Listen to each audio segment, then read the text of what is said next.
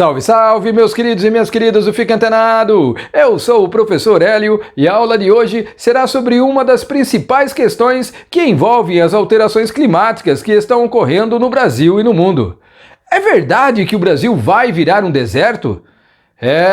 Mas antes de partirmos para a resposta dessa pergunta super assustadora, eu vou pedir para vocês se inscreverem no canal, curtirem esse vídeo e ativarem o sininho para ficarem por dentro de todas as novidades. E sem mais delongas, rola a vinheta e bora para a aula!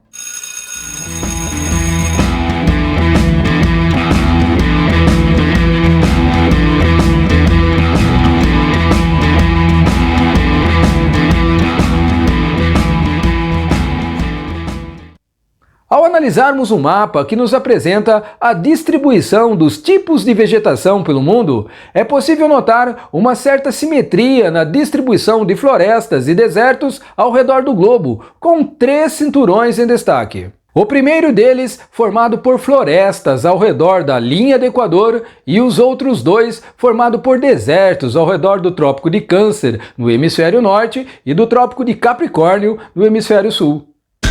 Mas será que a localização dessas regiões florestais em torno da linha do Equador e desses desertos ao redor dos trópicos de Câncer e Capricórnio é apenas uma coincidência ou existe uma explicação científica para isso?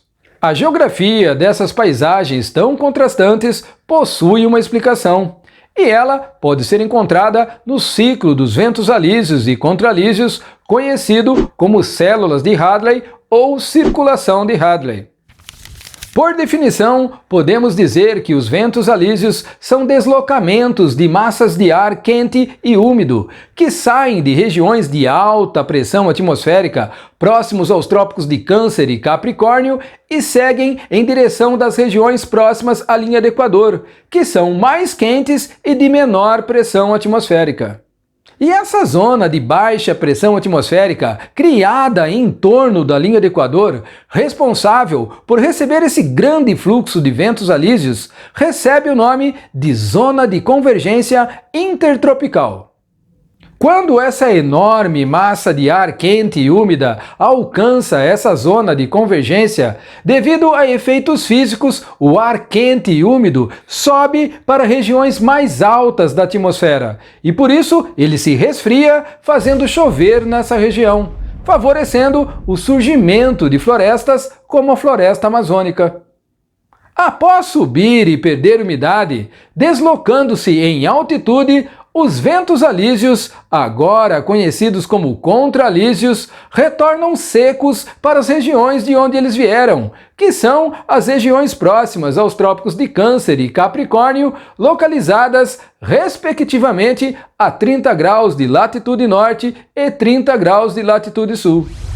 E ao descerem e ganharem temperatura nessas regiões, os contralísios removem a umidade da superfície, favorecendo o surgimento de desertos.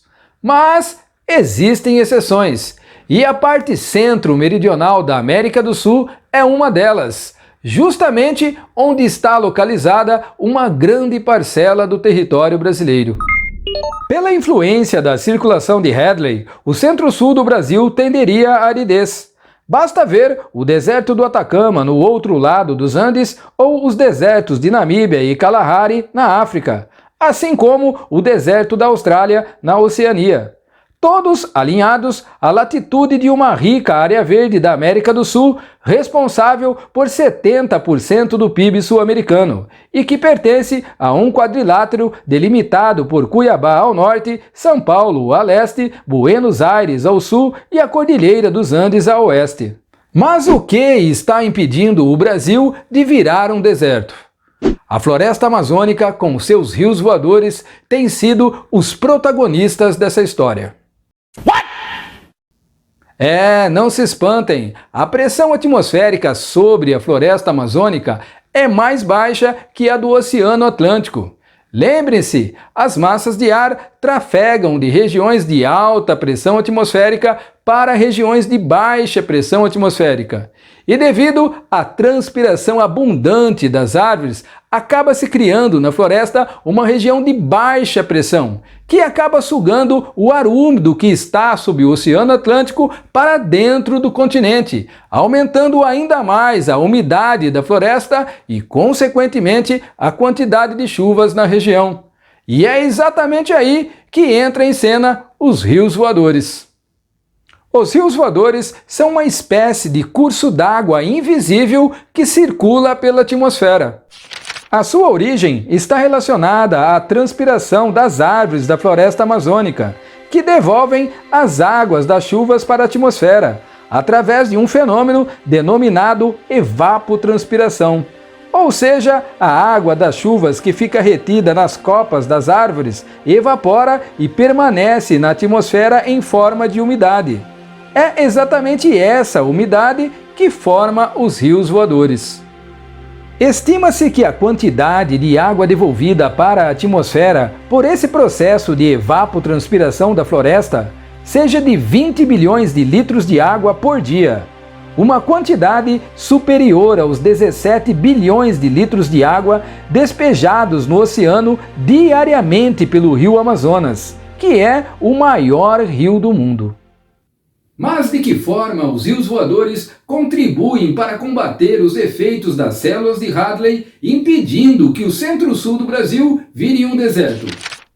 Ao analisarmos o esquema a seguir, é possível observar que a floresta amazônica atrai a umidade do Oceano Atlântico para o continente, e que, unido à umidade devolvida pelo processo de evapotranspiração das árvores, são formados os rios voadores, que teoricamente deveriam atravessar a América do Sul no sentido leste e oeste, alcançando o Oceano Pacífico.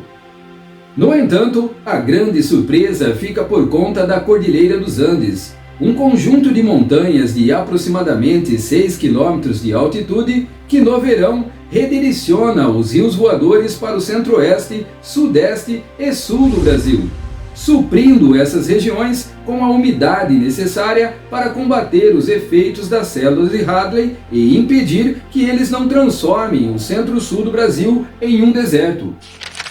O problema é que este cenário está começando a se inverter, e o motivo disso está no desmatamento desenfreado da floresta amazônica. Só de corte raso nos últimos 40 anos, foram 3 estados de São Paulo, 2 Alemanhas ou 2 Japões. São 184 milhões de campos de futebol, quase um campo por brasileiro.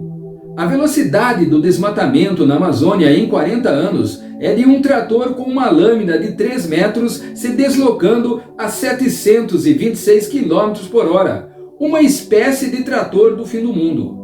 A área que foi destruída corresponde a uma estrada de 2 km de largura da Terra até a Lua. Foram destruídas 42 bilhões de árvores em 40 anos, cerca de 3 milhões de árvores por dia, o equivalente a 2.000 árvores por minuto. E uma das principais consequências desse desmatamento é que, sem a floresta amazônica, cientistas apontam para uma reversão nos fluxos de umidade. A pressão atmosférica da floresta está ficando a cada dia mais alta, até chegar ao ponto que ela irá ultrapassar a do oceano. Quando isso acontecer, é o mar que irá sugar a umidade do continente, criando um deserto onde antes havia floresta. Mas antes da savanização completa da Amazônia, a crise hídrica vai se instalar, deixando a região sudeste e centro-oeste do Brasil sem um único pingo d'água. E para aqueles que defendem que não é possível haver progresso e desenvolvimento econômico sem desmatar, lembrem-se que sem árvores não há água e que sem água não há comida. Uma tonelada de soja, por exemplo, consome várias toneladas de água para ser produzida, o que significa que ao exportarmos a soja, nós também estamos exportando água doce. É o que também ocorre no plantio do algodão, na produção do álcool, entre tantos outros produtos produzidos no Brasil.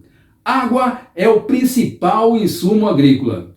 Se não fosse assim, o deserto do Saara, na África, seria verde, pois possui solos fertilicíssimos.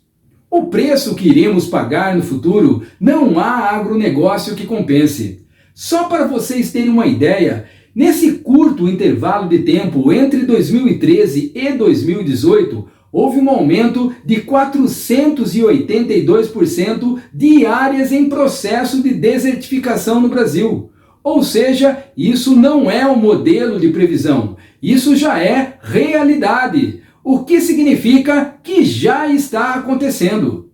As evidências científicas nos mostram que a única chance de recuperarmos o estrago que fizemos é zerar o desmatamento. Mas isso não será suficiente. Temos que replantar florestas e refazer ecossistemas. E essa é a nossa grande oportunidade. Impedir o aumento da desertificação do Brasil pelos próximos anos não será uma tarefa nada fácil. Mas, sem dúvida alguma, é um desafio que vale a pena ser levado a sério. Para tanto, é preciso investimento em ciência, iniciativa política e conscientização da população. Afinal de contas, não basta ter conhecimento, é preciso saber o que fazer com ele. E para aqueles que não acreditam na ciência e afirmam que esse processo de desertificação do Brasil não passa de apenas uma balela, eu sugiro que vocês já comecem a importar alguns camelos. Tá olhando ou o quê? E eu espero que vocês tenham gostado da aula de hoje e não se esqueçam de se inscreverem no canal, de curtirem esse vídeo e ativarem o sininho para ficarem por dentro de todas as novidades. E se possível, faça a sua parte compartilhando este vídeo e levando esse conhecimento tão importante ao máximo de pessoas que você puder. E juntos vamos salvar o Brasil. Enquanto isso, um grande abraço a todos e até mais!